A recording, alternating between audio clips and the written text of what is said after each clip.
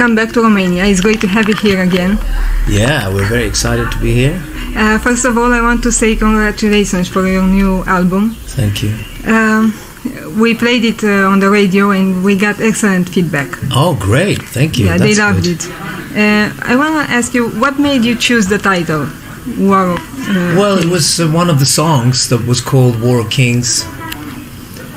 It was a song that was inspired by an old book about Swedish Vikings, and it was just a song, one of the songs on the album. But when we were in the studio, we started to look at names for the album, and we all felt that name was kind of cool, and we thought it was a good name for the album. It was no particular reason, we just liked it, you know. Is it true you recorded the album live in Yeah, studio? more or less live in two weeks in Stockholm, and then we did a few fixings, you know, another week, but it took about 3 weeks to record albums. Yeah, it's great.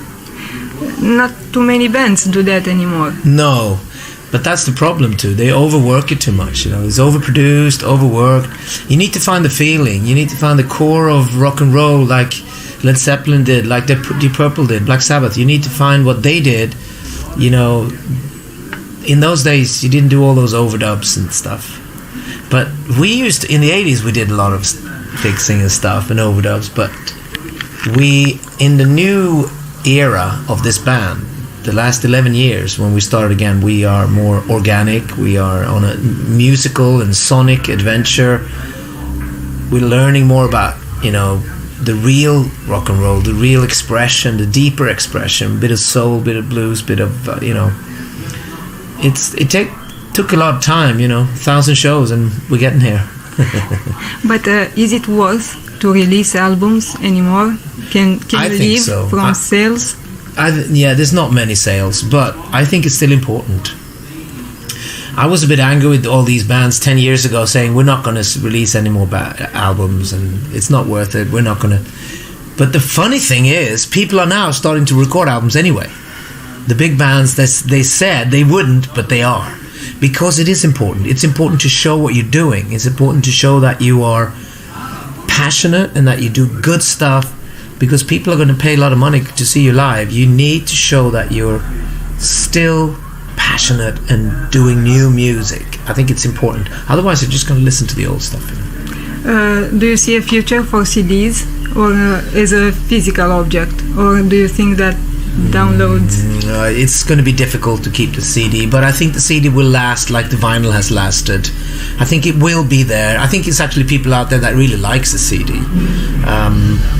The vinyl is coming back a little bit, but it will never reach what it was before. So I think both vinyl and CD will exist alongside of a very growing download market. Was it hard to get a contract with a big label at the beginning of your career? Yeah, it was. I mean, we didn't.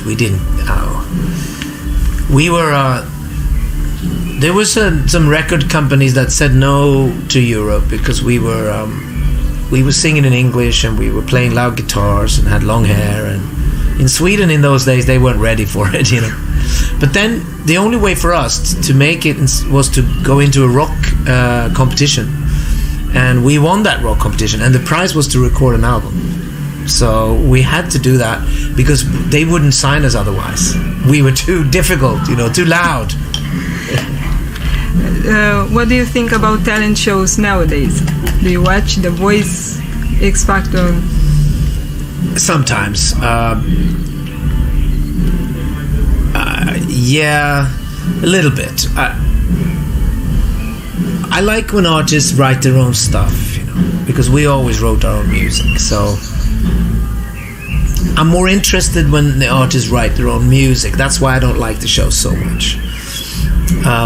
The Voice is kind of alright sometimes, you know, because it's more focus on the singer and, you know, the voice. But I watch it sometimes, but I don't watch it so much now. We know that Sweden is more pop oriented.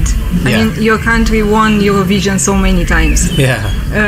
Nowadays, is it still room for rock and hard rock there? Yeah, there's a lot of rock bands too. Heavy metal bands and rock bands. There are some great bands like Opeth, a great band. Graveyard, Europe, of course. There was a band called Soundtrack of Our Lives. There's a new band called Blues Pills that are more real, more real rock and roll. It's not pop, it's kind of cool stuff.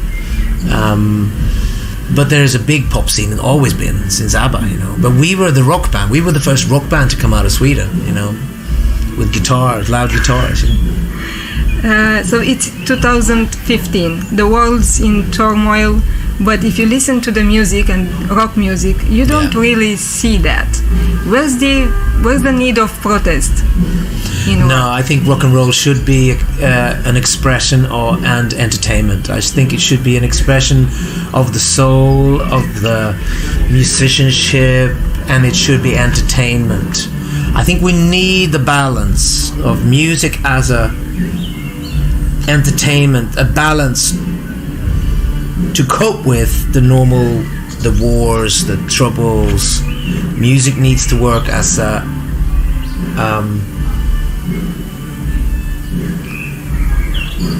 as a counterpart, like you can escape. Music is an escape, but it also brings a lot of people together all over the world. It actually, music brings people together more than anything. Do you still play football and ice hockey? No, I don't, but I used to play football and ice hockey. I used to drive, I used to race. I was a racing driver. I was a go-kart driver when I was a kid as well. But everything changed when I met John Norum, and I was 14 or 15, and we started a band. But you watch sports? I watch Formula One more than anything, really. I don't watch so much football and ice hockey anymore. I live in London now. I live in England since many, many years. But still, I'm not a huge football fan. I'm more of a Formula One fan, I think. What made you choose London to live there? I visited London when I was a kid, and I always loved it back then. My parents took me there when I was 12 and 13 years old. But later on, when I moved there in my 20s, I was 20, then I moved away for a while, lived in Ireland, but I started missing England. I don't know, London's, to me, in a way, it's kind of the center of the universe, But I have an English girlfriend and wife. My family, I have 2 kids, 2 boys, and an English wife, and I love London, I got hooked. You get hooked with these big cities, Your children are into music? Yeah, Jamie's he's 8 years old. He likes AC/DC and Europe, and but he's got his own stuff. He likes his own stuff, some of the new stuff as well. So yeah, he likes music. Would you? He takes them? Drum lessons. Yeah, he wants to do some drumming. I don't really encourage them. Nobody encouraged me. I found it myself. My parents were sort of shocked that all of a sudden I was in bands and stuff. What's the first concert you ever went to? I was 13. I went to see Electric Light Orchestra in a big stadium. We had a teacher that was really brave. He went to ask the principal if he can take the 13-year-old class to see a big show. And the principal said yes. So we traveled all the way for an hour into a huge arena, and we saw Electric Light Orchestra. That was the first concert, with the lasers and everything. It was pretty cool. And the first disc you ever bought, do you remember that? It may have been David Bowie, Space Oddity, the single, Ground Control to Major Tom, yeah. I was always fascinated with that song, and that lyric inspired the lyrics to the Final Countdown as well. Have you ever worked with Yngwie Malmsteen? I've only jammed with him in his rehearsal place in Stockholm. When I grew up, there was 2 guitar players in town. There was John Norum and Yngwie Malmsteen. And we met him. We used to hang out and have a drink before he moved to America. I jammed with him in his rehearsal, but that's it. We never really worked on stage or anything. Well, thank you very much. The public, I know, loves you here. You have a very special relationship with the Armenian public. Yeah. Do you remember your first concert here? I think we've been here maybe 2 times before. Yeah. And maybe 3, but I think it's 2 times. And we talked about it yesterday. We remember the shows, and we remember the passionate hard rock audience as well. They like melodies, but they like it heavy, and even both girls and boys like it heavy. I like that, they like rock music. That's really cool. In the end, I would like to ask you for a message to our listeners. Yeah. What's the name of the show again? It's Musical Psychologist. Is that with you or? No, it's with Andre. Is the host of the radio show. I'm just a reporter. All right. So should we say we're listening to Andre at Music Psychologist? All right. Hi everyone, Joey Tempest here from the band Europe, and of course you're listening to Andre on Musical Psychologist. We're here in Romania. We're going to play a concert. We're looking forward to meeting the fans in Romania. They've been very supportive over the years. We have a great relationship with you guys. You love rock and roll, you love melodies, you love it heavy. Hope to see you soon. Thank you very much. All right.